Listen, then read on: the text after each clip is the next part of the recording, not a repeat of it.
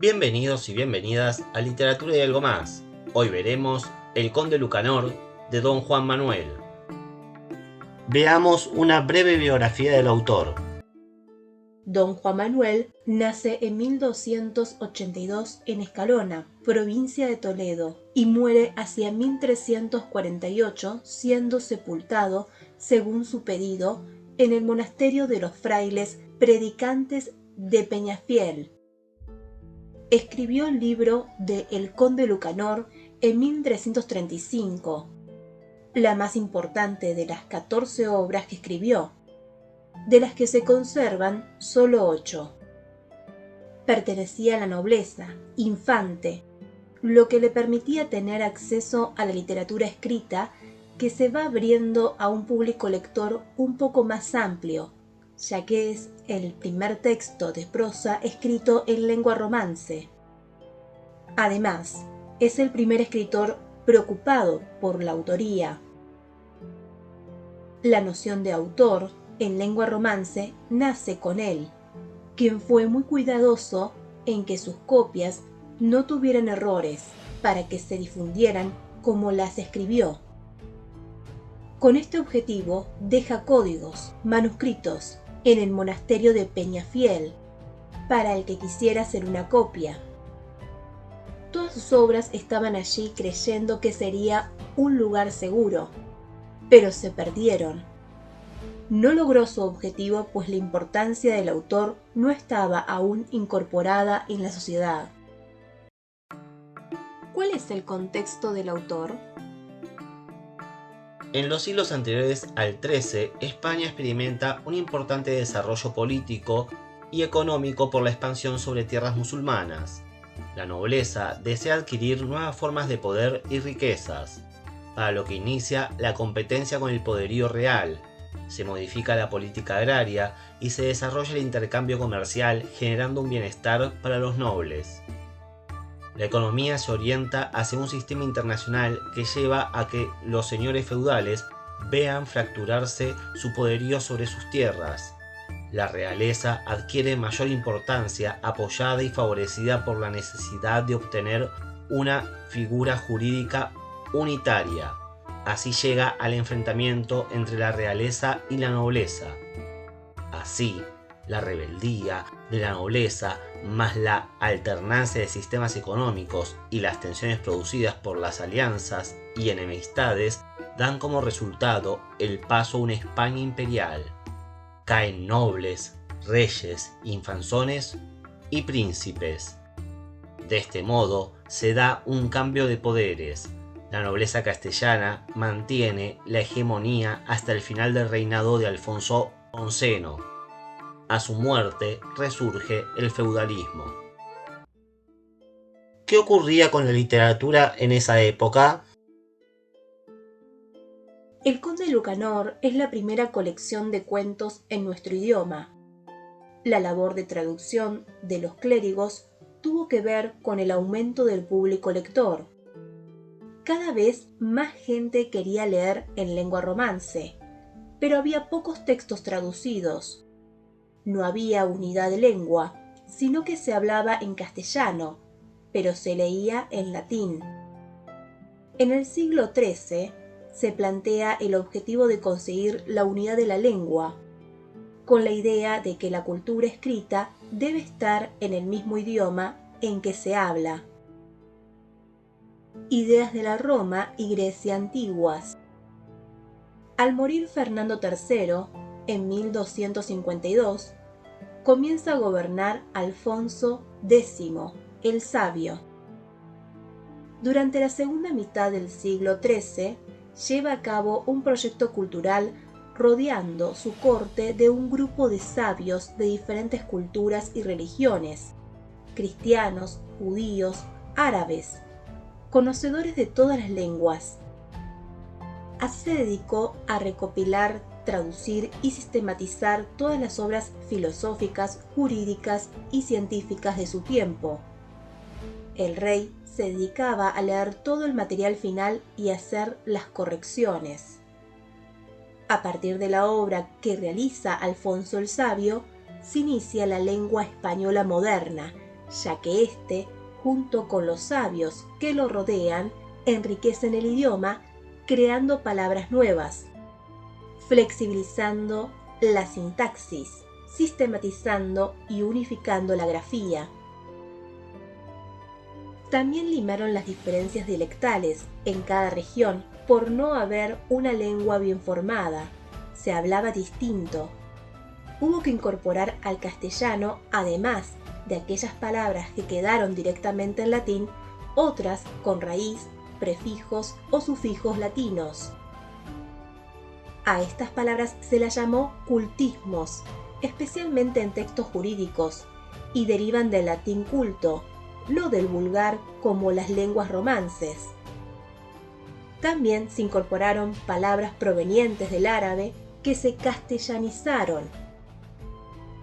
El empleo de conjunciones, conectores y subordinantes surgió para expresar las ideas y expresiones más complejas que se encontraban en los textos históricos, literarios o científicos. Solamente en la medida en que el español adquirió estas características, pudo nacer una literatura en idioma castellano y en prosa. La escritura en prosa, el cuento, la novela, necesitaban de una lengua fijada claramente en sus normas y que tuviera un nivel de organización. ¿Qué relaciones transtextuales presenta? Esta colección de relatos cortos presenta historias de otros cuentos, así como algunas que dieron origen luego a otros cuentos y novelas, como el caso del Brujo Postergado de Jorge Luis Borges, que recrea el ejemplo 11. Las vertientes que toma el texto en su transtextualidad son las siguientes. Vertiente grecorromana. Comienzos Alta Edad Media entre 476 y 1100 después de Cristo. Grecia, ubicación perfecta para unir obras de Oriente y Occidente. Traducciones aparecen intermediarios entre Oriente, cuna de los relatos más antiguos, y Occidente. Libro de Barlam y Josafat explica la vida de Buda en diferentes relatos sobre la religión de la India. Se cree que pudo llegar a España a fines del siglo XIII. Vertiente hebreo-latina. Grecia antigua, Esopo, escritor de fábulas, 600 a 564 a.C. Roma antigua, Fedro, escritor de fábulas, 15 a.C., 50 después de Cristo. Panchatantra, autor anónimo, 5 partes o libros, colección de fábulas encadenadas. Recibió la influencia de los dos autores en sánscrito. Del sánscrito se traduce al árabe, al hebreo, al latín y finalmente a las lenguas vulgares. Kalila y Dimna es el título de la versión en español, 1251. Vertiente hindú. Sendebar, o libro de los 7 visires. Lengua original, Palevi. Árabe persa. Español, libro de los engaños e asallamientos, malicias de las mujeres. Vertiente directa de la India. Disciplinas clericalis, de Pedro Alfonso. Texto en latín del siglo XII. Enseñanza de doctos, los clérigos. 33 cuentos ejemplarizantes con funciones didácticas. Alcanzó gran popularidad. Estructura narrativa. La obra está dividida en 3 partes o libros. El primero se llama Libros de los Ejemplos. Está compuesto por 51 ejemplos. La segunda parte se llama Libro de los Proverbios, frase sintética que contiene una verdad. Es difícil y complejo de interpretar, pero no influyó en la literatura. El tercer libro, Exposición doctrinal de consejos, se basa en el objetivo de enseñar al hombre a ser mejor persona. Se dice que el Conde Lucanor toma como origen el cuento y al mismo tiempo es una incipiente novela, ya que todos los ejemplos se encuentran en un mismo marco. El Conde Lucanor se halla en algún problema y le pide consejos a Patronio, su tutor, quien le aconseja ejemplificando con un cuento que representa una situación análoga a la que vive el conde. Esta estructura, que se repite, se denomina cuento al caso. Así pues, Todos los cuentos o ejemplos sueltos están unidos por estos dos interlocutores que los van enlazando. Estructura de los ejemplos. La introducción. Narración marco. Tiene un narrador en tercera persona, fuera de la acción, y un diálogo en estilo directo, que presenta un planteo por parte del conde y una respuesta de Patronio. Termina siempre con una frase en estilo indirecto. El núcleo o ejemplo propiamente dicho. Narración enmarcada. Es una narración didáctica que funciona por medio de semejanza o analogía, es decir, el ejemplo plantea una situación similar a la del conde. Se trata de un género de origen oriental. El ejemplo se basa en la idea de que los casos individuales no escapan de la generalidad humana. En el relato enmarcado, Patronio pasa a ser un narrador subordinado al narrador principal. Usa el diálogo como técnica narrativa, porque presupone un espíritu didáctico moralizante.